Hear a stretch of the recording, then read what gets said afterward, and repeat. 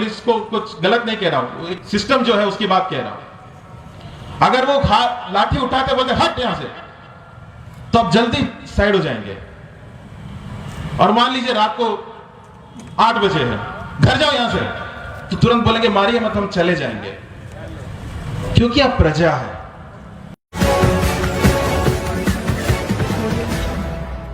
सिर्फ प्रधानमंत्री से सवाल पूछने का या मुख्यमंत्री से सवाल पूछने की बात नहीं है। 2 जिले में मैं भी डीएम रह चुका हूं, कलेक्टर रह चुका हूं। एक नागरिक सरकारी ऑफिस में, दफ्तर में हाथ जोड़ के ही आता है, हक से नहीं आता है। हक से सवाल पूछने के लिए एक सरकारी दफ्तर में नहीं जाता है। क्यों?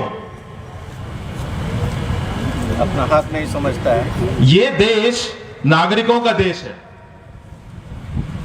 किसी का राजा का देश नहीं है। जो अगर पुलिस खड़े हैं, इनकी लाठी भी आपके टैक्स से आए हुए हैं, जिससे आपको शायद मार पड़ती होगी, वो भी आपके टैक्स से आए हुए हैं।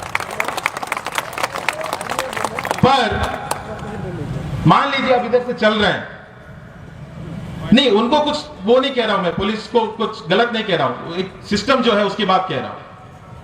अगर वो लाठी उठाते बोलते हट यहां से, तो आप जल्दी साइड हो जाएंगे।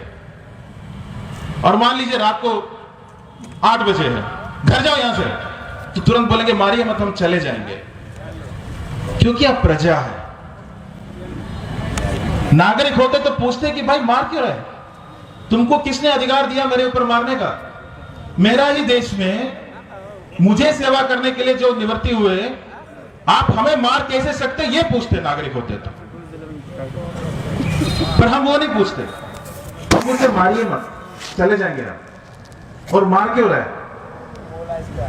जब अपने आप को नागरिक नहीं महसूस करते, तो सरकार से जिम्मेदारी मत एक्सपेक्ट करिए, उसकी उम्मीद मत रखिएगा। जब खुद से नागरिक होने का उम्मीद नहीं है आपको, तो सरकार से जिम्मेदार होने का उम्मीद भी मत रखिए। वो भी राजा की तरह ही बिहेव करेंगे जब तक आप प्रजा की तरह बिहेव करते रहेंगे। तो ये मैं अभी किसी ने, कई सारे लोगों ने बल्कि मैसेज किया, जब उनको पता चला कि मैं सिवान में आ रहा हूं, उसमें से एक ने मैसेज किया है कि यहां से कई सारे लोग बाहर जाते हैं, वो क्योंकि काम के लिए बाहर जाते हैं, और शायद ड्राइवरी करने का कई सारे लोग निकलते हैं यहां से। उन्होंने लिखा है कि बिना घूस का हमें ड्राइविंग लाइसेंस मिलता ही नहीं, हेवी मोटर का जो है ड्राइविंग लाइसेंस मिलता ही नहीं यहां पे, और हम दूसरी स्टेट से, दूसरे जिलों से जाके वो ड्राइविंग लाइसेंस बना के यहां से कहीं और जाके नौकरी ढूंढते हैं। और वो चाह रहे थे कि मैं इस मुद्दे को इस मंच से बोलूं। भाई सिवान मेरा है कि आपका है? अगर आपको यहां पे दिक्कत है, आप सवाल पूछेंगे कि आप उम्मीद रखेगा कोई और आके वो सवाल उठाएंगे? पहले ये अपना है, ये सोचना जरूरी है, ये समझना जरूरी है।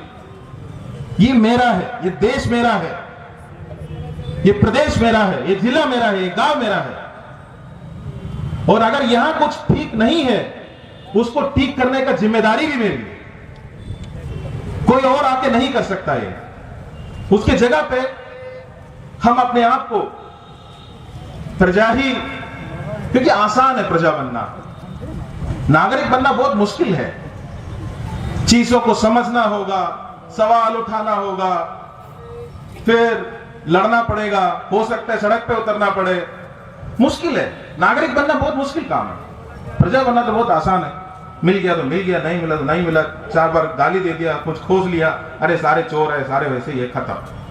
बहुत आसान काम है। और आदमी हमेशा आसान रास्ता चुनता है, सही और गलत रास्ता नहीं चुनता है। ये सोचता भी नहीं कि सही क्या है गलत क्या है, आदमी सोचता है आसान क्या है, और आसान क्या है उसको चुन लेता है। पर इसके साथ साथ एक और चीज हुआ। आज जैसे एक छोटा सा एग्जांपल बताऊंगा, डैन कहन करके एक रिसर्चर है, सोशल साइंटिस्ट है, एक ऐसे नाम मान लीजिए। उन्होंने एक चीज स्टडी करके बताया है कि जब हमारी पहचान, हमारी आइडेंटिटी को हमें लगता है कि कुछ खतरा है, चाहे वो आइडेंटिटी हो सकता है हिंदू होने का हो, मुसलमान होने को हो, कोई जात का हो, कोई प्रदेश का हो, कोई भी तरीके का हो, उस पहचान पे जब कोई सवाल हमें लगता है कि उसको खतरा है, तब हमारी सोचने की क्षमता जो है वो कम हो जाती है। अगर आज सवाल होना चाहिए ताकि पेट्रोल के दाम क्यों इतने बढ़े हैं, पर वो नहीं होता। क्यों भाई? जब हिंदू खतरे में है तो क्या 50 रुपए ज्यादा नहीं दे सकता पेट्रोल के लिए? ये वो इसलिए नहीं है कि हिंदू खतरे में है, इसलिए वो नहीं है।